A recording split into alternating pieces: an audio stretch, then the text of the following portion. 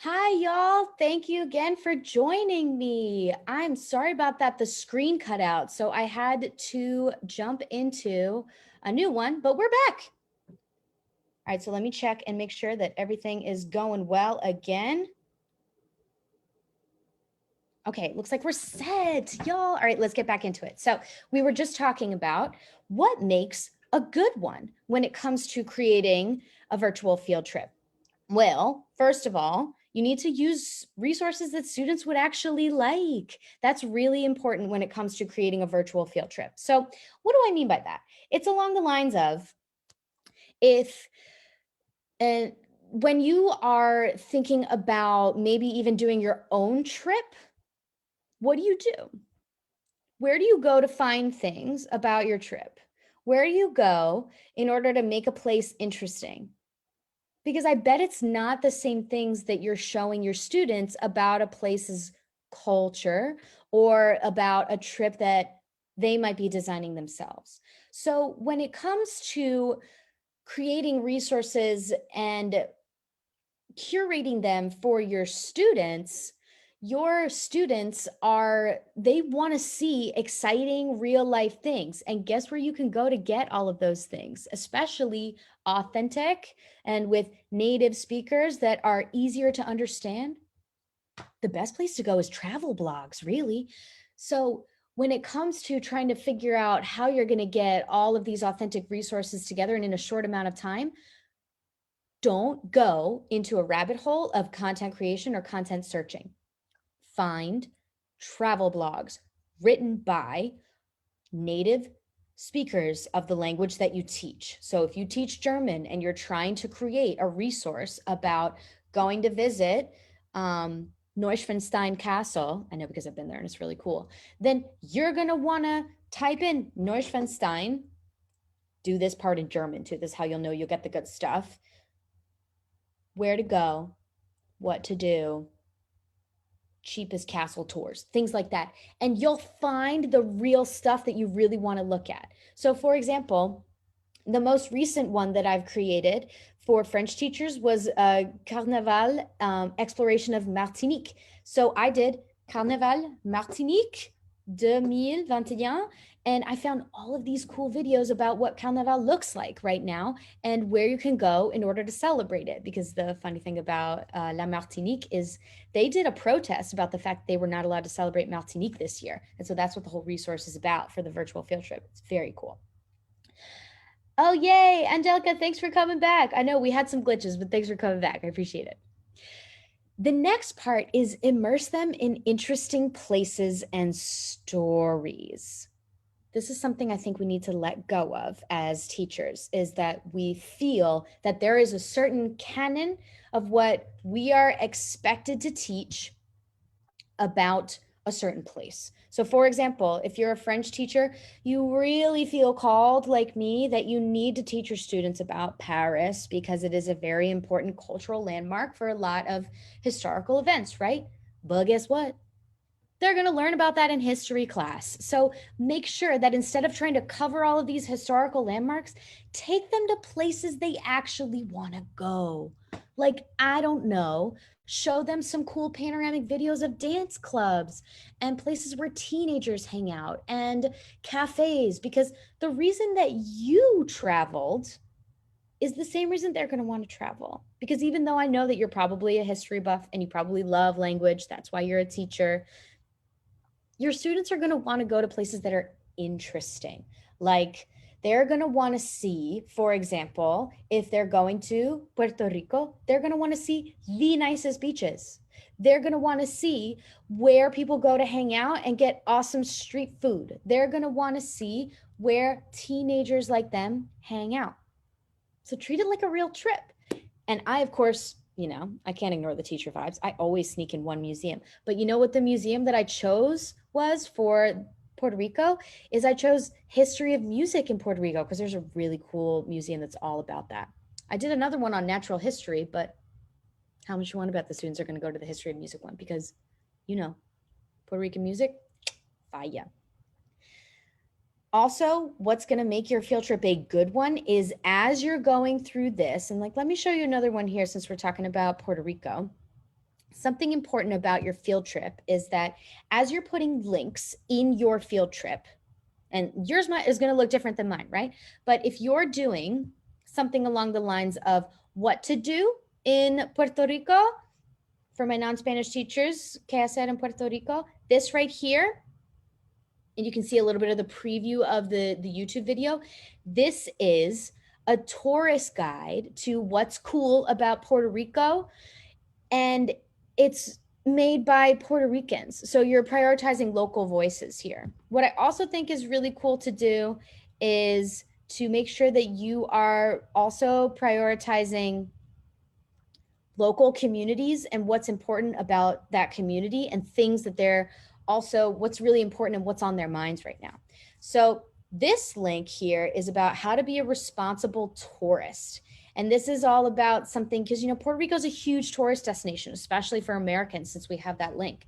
So one thing that I put in this link here is all about Puerto Ricans asking others to please make sure that you're a responsible tourist. Like when you're going to áreas protegidas, make sure that you're looking and not touching the wildlife. Make sure that when you're taking pictures, you're not getting too close to things and scaring wildlife and all of that stuff.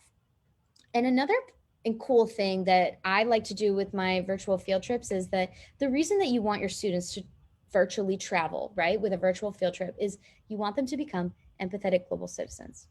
So how do you do that? Well, look at the identities of the people that you are exploring, and don't ever feel like you have to cover all of it. But I like to explore one crucial piece of identity for each place that students are going to go to, something that I know is going to be on the hearts and minds of people from Puerto Rico.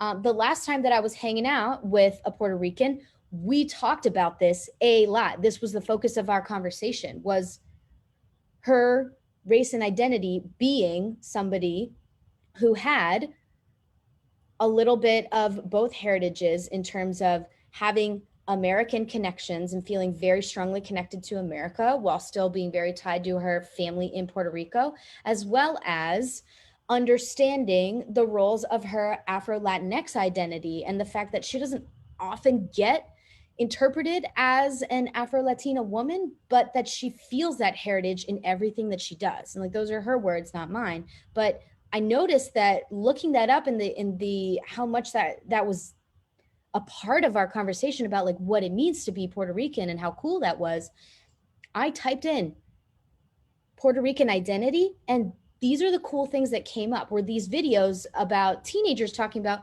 what it means to be Puerto Rican today, what it means to have that very mixed, beautiful heritage that also is not really well identified by others because it is so mixed, being Puerto Rican.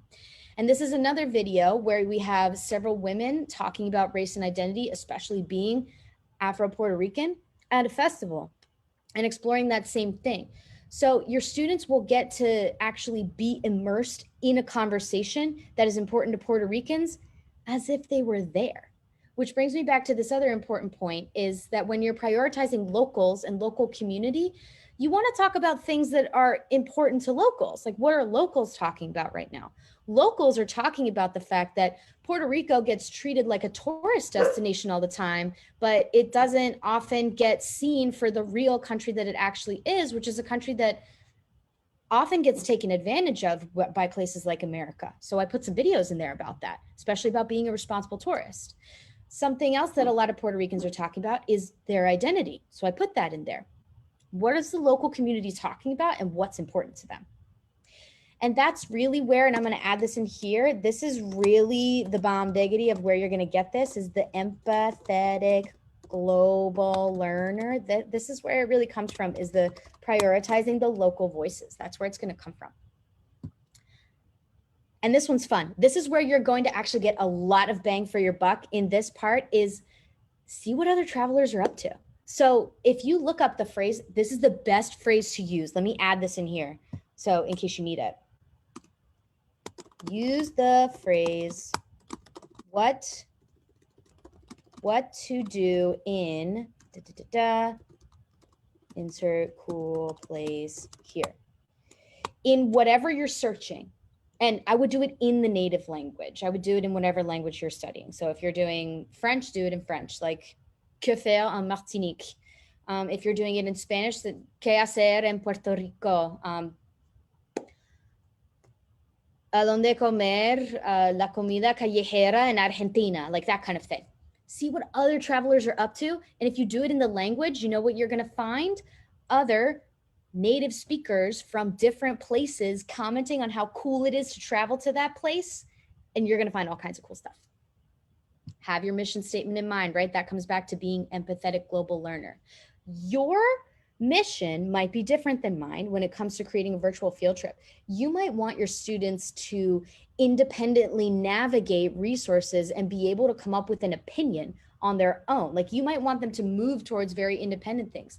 Or maybe you teach something like AP or IB where you have this set of objectives that are very, very clear cut.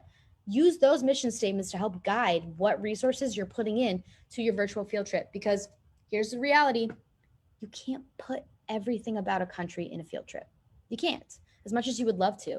Y'all, it was so hard for me to make the Dominican Republic field trip because I lived there. So there was so much that I wanted to share. But the more focused you are about what you choose to share, like I chose to just focus on the amazing women's history that's present in the Dominican, because the Dominican is the home of, it was the reason for some historical events that happened there with Las Hermanas Mirabal, the international, I don't even know how to say it in English, Dia contra la Violencia de la Mujer, like the whole day against violence against women in March. I forget exactly what day it is, but that whole piece of women's history that's really important around the world, that came from the Dominican. So I decided to focus on that as well as Carnaval, because I mean, it's Carnaval. It's so cool. You're not going to be able to focus on everything. And here are the academic objectives that you can really get out, and you can get a lot out of a virtual field trip. You're going to get tons of listening. All of these are authentic resources. You're going to get a ton of listening. And here's the other beauty of using YouTube and native speakers with YouTube is the number one complaint that we always get from students about YouTube videos, right? Is can't understand it. I don't know what they're saying. It's too fast, right? Guess what? All the really well done videos on YouTube that have a lot of editing and curation and all that stuff, they have subtitles now. And they also have auto-generated subtitles. So your students can turn those on while they're watching it and make it a little easier for them. Complete cultural immersion, which is really, really cool. So speaking of cultural immersion and tech soft skills, which is something really cool that you'll get out of this, let's take a look at some examples of how you can use Google Earth, because this is one of the main parts that makes virtual field trips so much fun. So I put a link in here for Google Earth, but just to make sure that we're quick on this here, but all you need to do to go to Google Earth is just googleearth.com, and this will come up. And what I did to find this is I just did the search bar, and you can see like some of my recent searches here are, I did Martinique, and I did this famous street in Martinique. But one of the cool things that you can do with this is I found this really awesome, oh, it was just there. Hold on, let me get back to it. Is you can use this little dude in the bottom right-hand corner. Do you see him here, this little guy? You can do this, and you can drop him anywhere on the map to get a closer look at a place. So let's take a look at Théâtre Aimé Césaire. Let's go into this one and see what it shows us. I haven't seen this one before. This is exciting. We'll see what it looks like. Oh, look at this nice bench. And so then all you got to do is you just click around, and look, your students are immediately here. They can see the street view. They can feel that glaring Caribbean sun that is just oh so sweaty, because in the Caribbean, it's much more common to always wear pants, especially skinny jeans. That's really popular. Those of you who have been to the Caribbean and have Caribbean heritage, you know what I'm talking about. Like, shorts are not a thing in the Caribbean. You don't do it. But look, this is like, just look at that. Don't you just want to go there? That's the beauty of Google Earth is that this is a completely free resource and it's beautiful. It's so amazingly powerful. Like, give me some claps in the comments below if you're so excited to use this free tool, Google Earth, because all you have to do, it's amazing. All you have to do is go to Google Earth and type in the place that you want to find, and your students can go around and go explore it like they're walking there. Like, let's go check out a little bit of a closer look at this sweet Aimé Césaire statue. I mean, not statue, poster. Let's go check it out. Speaking of Aimé Césaire, that was the focus, the cultural focus of my Martinique resource. And I'll show you that in a second. We're hidden a little bit. But look, oh, the sun is shining. The tank is clean. It's amazing. Oh, and here, ici, we have the Théâtre Aimé Césaire. So this is the beautiful theater that they'll be able to go to. So that was the cultural landmark that I put in here. Cool, right? You can do a lot of things with Google Earth. Any museum you can think of, any cool monument that you can think of, instead of showing them pictures, put them in it. It's way more fun. What I also like about this is that with a virtual field trip, you're getting real people, real pictures. You're not getting opinions about a place. You're not getting notions, and you're not getting brochure versions of a country. Because the whole point of a virtual field trip, are you ready, is this: show, don't, oh, I'm so, don't tell. Show, don't tell. That's the whole point of a virtual field trip. Instead of telling our students about how important it is to broaden their cultural horizons, instead of talking about how important it is to understand other people's cultures, why don't we show them another culture as best we can without ever having for them to not even have to leave their seat at the table if they're learning at home or if they're in your classroom. This also, what I like about virtual field trips too, is that they're completely self-navigating. You're doing all the prep during your prep work time, and then all you have to do during the actual lesson is guide your students through the virtual field trip, which is cool. Now, here's an important element to this, is that I do think that your virtual field trip would work better if it's open-ended, but everybody's going to have a different opinion about that. You might want a really structured virtual field trip. Maybe they have to follow a map. Maybe you're learning directions right now and they might need to follow directions on a map. That would be so cool. But for accountability, to make sure that students are working through and looking through all elements, because it can be a completely asynchronous, completely individual assignment, add an element that allows them to create their own experience. So what do I mean by that? Here's some ideas that I have for you. Here's some ideas for a trip. Create your own trip itinerary. So ask students to, after you give them some ideas to explore, is what if you ask them to create their own itinerary? So here is the model that I have for my virtual field trips, is that with these, after the students do a little bit of vocabulary work here, yay, Jane is excited. Yes, I'm glad to hear it, Jane. After the students go through the virtual field trip, and the way that it works here is that in your class, if you choose to use this, if you're like, I'm ready to do this tomorrow and I don't have a lot of prep time, you can grab yourself one of these and it's all completely ready for you. And what you can do is let your students go and explore all of these links and videos on their own and decide which ones they want to look at and which ones they don't. But you know as well as I do that if you don't have some sort of accountability, they're not gonna do it. So you need to have something. You need to have something for them. But I do prefer something that's more open-ended because I like students to be able to explore on their own. This is where we just were, the Google Earth Parc Culturel. Or no, that was actually, we were at the theater. This is another one. But this resource in particular for the communauté that we're celebrating in this one here. Oh, this is where we just were, right? We were at this one. Is we're celebrating Aimé Césaire and his legacy of being a complete hero in the history of Martinique by being the mayor for years and years and years and years. And all of the amazing work of over 50 years of anti-colonial and anti-racist work that he has done in the Francophone, but also global community. And he is a native homeboy of Martinique.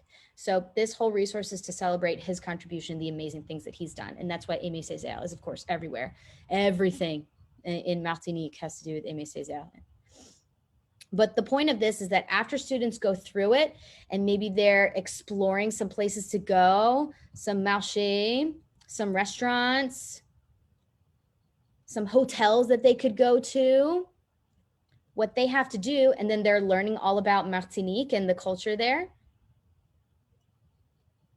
and the monuments, especially this one. Oh, y'all, this one is so powerful. This one is so powerful. Make sure your students go to this one on Google Earth. It's the Anscafal Slave Memorial, and it just, all the things. But what students have to do with the Martinique one is they have to create a budget for different travel scenarios, which is still open-ended, but then they're still using the resources that they've got here. So you can see that this is kind of what I decided to do. And you could do the exact same thing if you would rather make your own. What I did is I asked them, pick a hotel, tell me what price it is every night, give me a photo, and make sure that when you add it up, it's $1,000 each day. What attraction are you going to? How much does it cost per person? Give me a photo. What restaurant are you going to? Give me the price. Give me the menu. That's how I chose to hold students accountable with this resource. But here are some other ideas that I think that you could try.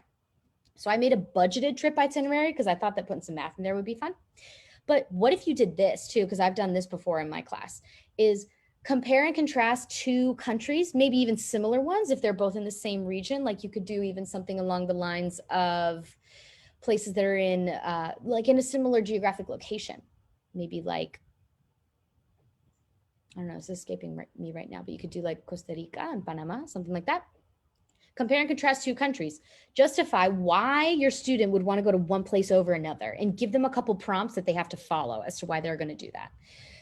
And it doesn't have to necessarily be a heavy writing assignment either. You could make it along the lines of, I like this, I don't like this. I like this, I don't like this. You could scale this from level 5 to novice. You really could.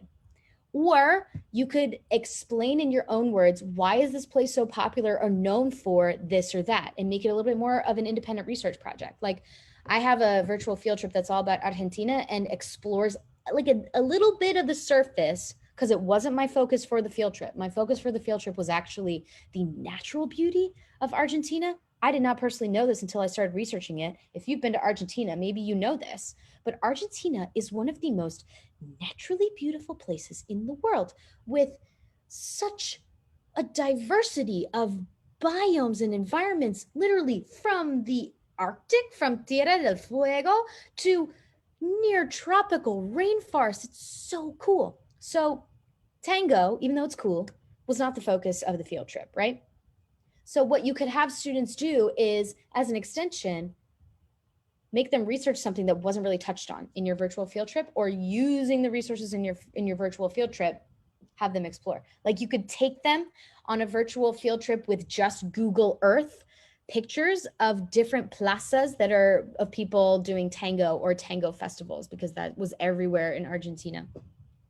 Not as much outside of Buenos Aires, but it's still pretty much everywhere.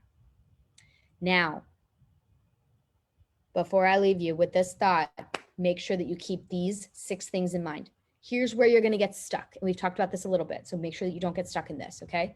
Number 1, type a number 1 in the comments if you've ever had this problem. Please let me know that I'm not alone. Trying to cover it all. You love a place or you love culture like me, and you just want your students to know all of it. You want them to feel like they're there. You want them to meet all of the people and learn all of the language.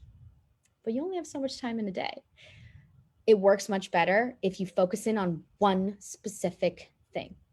So for Argentina, I focused in on natural places. And then you get to do a deep dive. It's much better than just scratching the surface of Argentina. Your students will get more interested too. Oh, number 2, is this you? Is this you? Call it out. It's okay, because this is me. Getting stuck in a content rabbit hole. If you are typing in constantly things like Argentina, what to do, place to go. If you're like me and you're very interested in traveling, you will get stuck.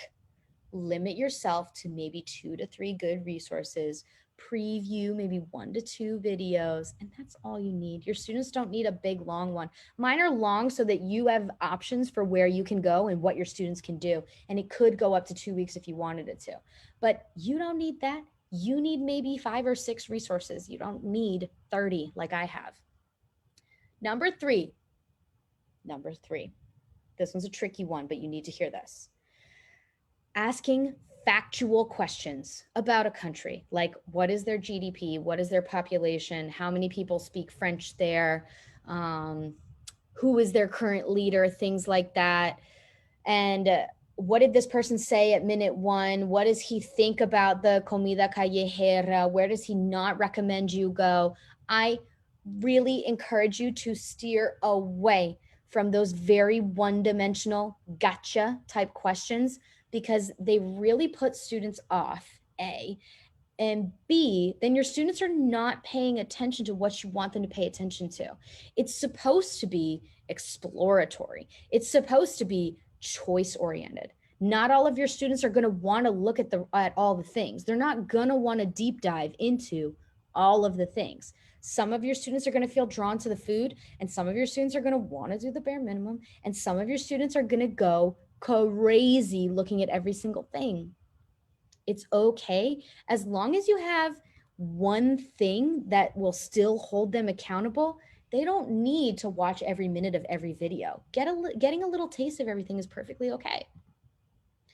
Also, you want to stay away in number 4 with creating a surface level, as in you're trying to go to every single place, like you're trying to go to every wine region in France or something like that. That's very surface level. And if you're not focusing on what people are actually talking about in that country, like right now in France, people are, if you're paying attention to like French social media and French news, they are very much talking about not happy with Macron right now, and like whether you agree with that or not. That's the thing that people are talking about. People are protesting about what's going on with COVID. That's a big thing. Well, it's France. That's what they do. So that's what people are talking about right now. Put that in your field trip. Your students want to know. It will give them the real deal instead of the brochure version of the country. So creating a surface level field trip is going to make something that your students are just going to disengage from. Like, sprinkle a little bit of interest in there. And I don't want to say controversy as in you're trying to, put that interest in there just to be interesting. It's more along the lines of, don't be afraid to put something spicy in your field trip. Make it something that people are actually talking about. And number 5, I would say relying on official websites or travel sources for info, because I use plenty of official travel sites and things like that for info, but also make sure that you're looking at the YouTube videos of locals of where they like to go to eat. Make sure that you're looking at travel blogs and things that other students would actually use too, because you know as well as I do that a lot of those travel sites are very overly official and are going to definitely guide you in a certain direction. And number 6, I'm certainly guilty of this. Put a number 6 in there. Oh yeah, we got here. Yeah, number 1. Sarah's a number 1. Jane, you're number 2. Dude, me too. I'm always in the content rabbit hole. Always. And Ava's 5 and 6. I got you. Spending too much time on it. You know what's going to help you with this? I always spend too much time on these because I love creating resources. Are you like that too, Ava? That's why I do it, because I love it. But spending too much time on it is not going to make you want to create more of them. That's the thing, because virtual field trips are going to be something that, like, you could make this in an hour. I really do think you could, because I got most of these links in here, and there's 30 in each of these 3 that I've shown you today. Like, let's look at this one from Puerto Rico again.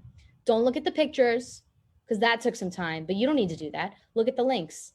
Those links, for 30 links, it took me about 2 hours of research to find all of the links that I really wanted to use on here, because I followed a formula of, I want them to use a couple Google Earth links, I want them to go to a couple hotels, and I want them to go to, well, it was probably more like 3 hours. So if you're doing 3 hours, then for 30 links, that's about an hour per 10 links. So I bet you could make this in an hour if you wanted 10 links. You could definitely do it. The pictures and the format and the fonts, like, Leave that to me. That's what takes a lot of time. You don't want to do that. You could certainly put pictures in the background of your virtual field trip if you want to, but you could just as easily just have blank slides and have your students, like yours does not need to be, oh, Lowry, you were at Playa Flamenco? All right, well, in honor of you, we're going to go check it out. We're going to go check it out. Let's go to Playa Flamenco. Let's go find it. All right, and I will leave you on this note here. Let's go check it out real quick. I will leave you on this note here that I will put all of the links in this. Thank you so much for joining me today. Oh, Lowry, your name is beautiful. I don't want to mess it up, but like, look at where Lowry went. Y'all, the jealousy is so real. But can you feel like you're there? I mean, it's not as good as being there, but the pictures make you feel like you're there. And that's what's so exciting about it. So I'm going to put in the links below where you can find all of these virtual field trips if you are teaching about Puerto Rico, or if you're teaching about Carnaval, if you're either a French teacher or a Spanish teacher. I've got a bunch for you that you can start using tomorrow. I have one for the Dominican Republic and one for Puerto Rico, which is the one that we're on right now. And all three of the ones that I've showed you today, if you're a French teacher, they all talk about Carnaval because that's what's going on right now. You can find all of these links at the bottom right here if you want to get your field trip on tomorrow. But otherwise, like, this is going to have all this work done for you, but you can also easily make this on your own in an hour, and it'll be, you know, it doesn't need all the pictures, doesn't need all the fancy fonts or anything. You could make this happen in your classroom tomorrow in an hour of planning time if you wanted to do it. But with 8 to 10 links, don't go overboard, right? Make sure that you're not going over, like, spending too much time on it. Okay. So I will drop all these links in here for you, and you can have this doc. This doc is yours to use. I will drop that in the comments below as well. Oh, muchísimas gracias a ti, Laurie. Was so glad to have you with you. Merci à toi, Ava and Jane. Thank you so much for joining me today, y'all. It has been so much fun. I'm going to drop everything in the comments below, and I can't wait to see you next week. You know what we're talking about next week? If you like this, same time next week, 3 o'clock, we're going to be talking about how to find the best authentic resources for your students in whatever project you're using or whatever you're doing for your class. I don't know about you, but if you were like, who said it? If you are like, yeah, if you're like Lara or Jane or Ava, and you have a hard time spending too much time on things or relying on official websites, yes, I am. I'm going to brag about this. I'm an expert at finding authentic things on the internet for my class in a quick amount of time, because that was my favorite thing to use. So if you're into that, join me same time, same place next week to learn about where you can find the best authentic resources, no matter what you're teaching about. I'll show you where to find the goods that students actually really like. Are you in? I can't wait to see you there. But for now, have an amazing rest of your week. I'll see you next Wednesday for our next Wolang Wednesday class. Bye, y'all. It's been a joy. Thanks for hanging out with me.